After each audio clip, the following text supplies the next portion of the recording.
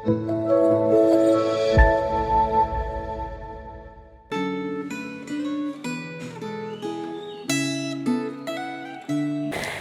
saudara yang dikasihi Tuhan. Mengawali hari ini, mari kita bersama-sama merenungkan firman Tuhan. Sebelum itu, mari kita bersatu di dalam doa. Tuhan Bapa yang baik, kami sungguh bersyukur untuk anugerah Tuhan. Untuk sehari lagi kesempatan kami boleh menikmati hari yang baru. Kami boleh menikmati perenungan firman Tuhan. Ya Tuhan, biarlah firman Tuhan ini boleh membawa kami semakin mengenal Engkau dan kehendak-Mu yang ingin Kau nyatakan dalam hidup kami. Berbicaralah karena kami anak-anak-Mu siap untuk mendengar. Amin.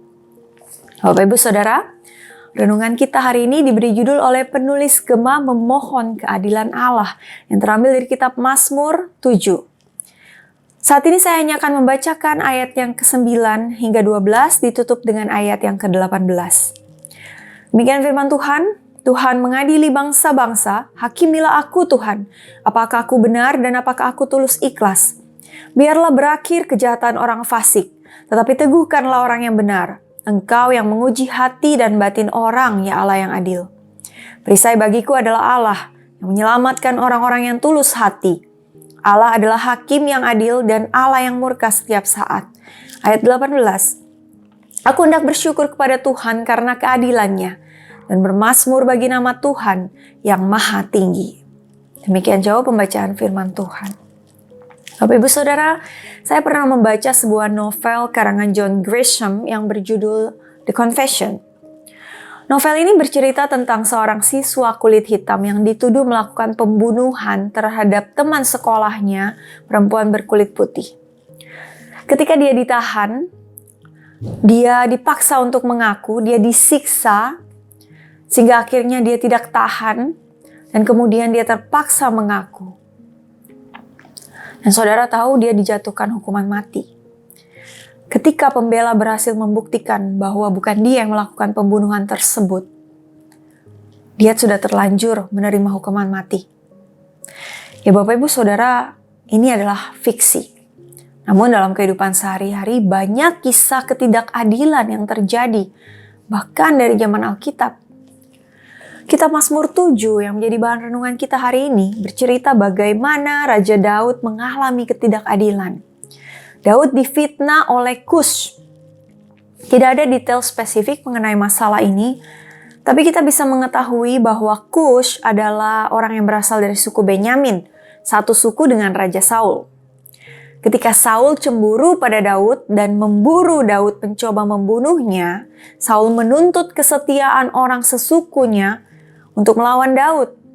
Sehingga dalam waktu yang cukup lama, suku Benyamin ini punya dendam terhadap Daud. Dan mereka menjadi penentang pada masa pemerintahannya. Menghadapi ketidakadilan, Daud merasa sedih dan putus asa. Dia dapat dengan mudah menangkap orang yang memfitnahnya, tetapi dia tidak melawan mereka secara langsung. Melainkan dia berbalik kepada Allah. Dia tidak datang kepada manusia, melainkan Daud datang mencari Allah. Saudaraku, hari ini banyak hal yang bisa kita pelajari dari Daud. Yang pertama, di tengah ketidakadilan yang harus dia alami, Daud tidak mengandalkan kekuatannya. Daud tidak mencari manusia, tetapi dia terlebih dahulu mencari Tuhan. Dia datang kepada Tuhan. Tapi perlu kita ingat saudara, bahwa Daud bisa demikian karena dia punya relasi yang dekat dengan Tuhan. Maka dari itu sangat penting bagi kita untuk melatih diri kita, membiasakan diri kita untuk punya relasi yang baik dengan Tuhan, untuk membangun relasi yang akrab dengan Tuhan. Sehingga ketika kita mengalami masalah, maka kita punya kesadaran untuk mencari Tuhan terlebih dahulu.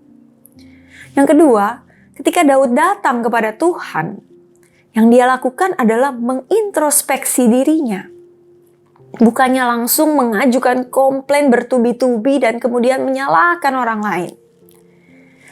Maka saudara, ketika kita diperhadapkan dengan tuduhan, marilah kita belajar untuk mengintrospeksi diri kita terlebih dahulu. Benarkah kita tidak melakukan hal-hal yang dituduhkan? Jikalau ternyata hal yang dituduhkan benar kita lakukan, maka kita patut bersyukur karena ada orang lain yang mengingatkan kita. Mari kita datang kepada Tuhan, kita minta ampun kepada Dia, dan kita perbaiki diri kita. Namun jika ternyata hal yang dituduhkan tidak benar, maka mari kita datang kepada Tuhan dan serahkan segala perkara itu kepada Dia.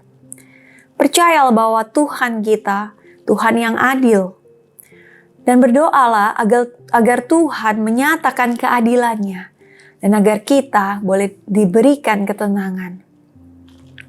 Yang terakhir, seringkali hidup kita itu menjadi tidak tenang karena kita berusaha mengambil porsinya Tuhan. Karena itu serahkanlah waktu keadilan ditegakkan itu kepada Tuhan. Mazmur 7 ayat 11 tadi berkata, "Perisai bagiku adalah Allah yang menyelamatkan orang-orang yang tulus hati."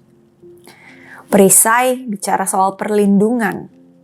Allah akan melindungi dan membela orang-orang yang tulus hatinya. Dia akan melindungi dan membela kita pada waktunya Tuhan. Maka jikalau dunia ini punya ungkapan sinisme bahwa orang jujur akan hancur, ingatlah saudara bahwa Alkitab berkata, justru orang yang tulus hatinya akan diselamatkan oleh Tuhan. Orang yang tidak taat akan diadili. Bersyukurlah kepada Tuhan karena keadilannya. Amin. Mari kita berdoa. Tuhan, ajar kami bersyukur karena kami punya Allah yang adil. Ketika dalam dunia ini kami menerima perlakuan yang tidak adil. Ketika dunia ini menghakimi kami dengan tuduhan yang tidak benar, biarlah kami boleh terlebih dahulu datang kepada Tuhan. Biarlah kami boleh datang kepada Tuhan, mengakui segala salah dan dosa kami, mengintrospeksi diri kami Tuhan. Biarlah Tuhan yang tahu segalanya, Tuhan yang menyatakan keadilan sesuai waktunya Tuhan. Hendaklah kami boleh terus bergantung dan percaya sepenuhnya kepada Tuhan. Terima kasih Tuhan. Berkatilah kehidupan setiap kami, berkatilah aktivitas kami. Biarlah kami boleh menjalani aktivitas kami sesuai dengan kehendak Tuhan. Di dalam nama Tuhan Yesus, kami berdoa. Amin. Tetap bersyukur, Tuhan Yesus memberkati.